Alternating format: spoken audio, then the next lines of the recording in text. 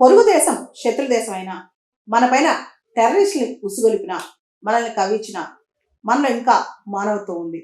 భారతదేశం రీసెంట్గా మనకు తెలుసు ఇందస్ వాటర్ ట్రీటీని ఎబైన్స్ లో పెట్టింది. పహల్గామ్ టెర్రర్ అటాక్ తర్వాత భారతదేశం సింధు నదీ జలాల ఒప్పందాన్ని దాన్ని పూర్తిగా హోల్డ్లో పెట్టింది. అయితే గత కొన్ని రోజులుగా పాకిస్తాన్లో విపరీతమైన వరదలు వస్తున్నాయి. దాదాపు 700 మందికి పైగా చనిపోయారు అక్కడ. ఉత్తర పాకిస్తాన్లోని చాలా ప్రాంతాలు ప్రాణ నష్టం, ఆస్తి నష్టం ఇవన్నీ చవిచూశాయి.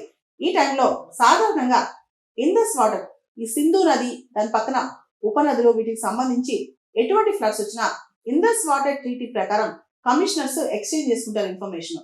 అయితే ఆ ట్రీటీ అబైన్స్ లో ఉంది. ఇప్పుడు భారతదేశానికి చీనాబ్ నది యొక్క ఉపనది ఏదైతే ఉందో తావి నదికి విపరీతమైన ఫ్లడ్స్ రాబోతున్నట్లు భారతదేశం యొక్క హై కమిషనర్ ఆఫీస్ ద్వారా పాకిస్తాన్ కబురు చేశాం.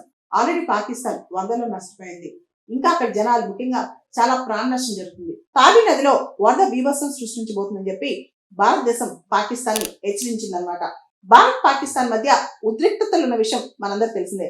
ముఖ్యంగా పహల్గామ్ టెర్రర్ అటాక్ కావచ్చు, ఆ తర్వాత ఆపరేషన్ సింధు, తర్వాత పాకిస్తాన్ మనపైన దాడి చేయడానికి ప్రయత్నం చేయడం, మన ఎయిర్ డిఫెన్స్ సిస్టమ్స్ వాటిని సక్సెస్ఫుల్ గా న్యూట్రలైజ్ చేయడం ఇవన్నీ జరిగాయి అనమాట.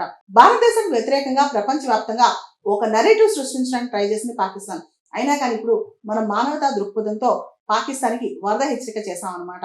ఇది భారతదేశం యొక్క గొప్పతనం. జమ్మూ ప్రాంతంలో విపరీతమైన వర్షాలు, చాలా ప్రాంతాల్లో ఫ్లడ్ అయిపోయింది అనమాట. దాదాపు ఈ ప్రాంతంలో 190.4 mm ఆఫ్ రెయిన్ఫాల్ అనేది ఈ జమ్మూ ప్రాంతంలో 24 గంటల నమోదైంది.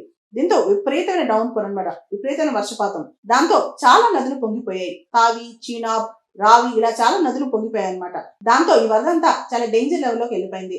మనందరికి తెలుసు పాకిస్తాన్ కి ఈ మాన్సూన్ సీజన్ చాలా బ్యాడ్ సీజన్ అయిపోయింది. దాదాపు 780 మందికి పైగా చనిపోయారు. ఇల్లు వాకిళ్ళు అన్ని కూలిపోయాయి. దాంతో పాకిస్తాన్, ముఖ్యంగా ఉత్తర పాకిస్తాన్ తీవ్ర నష్టంలో ఉంది.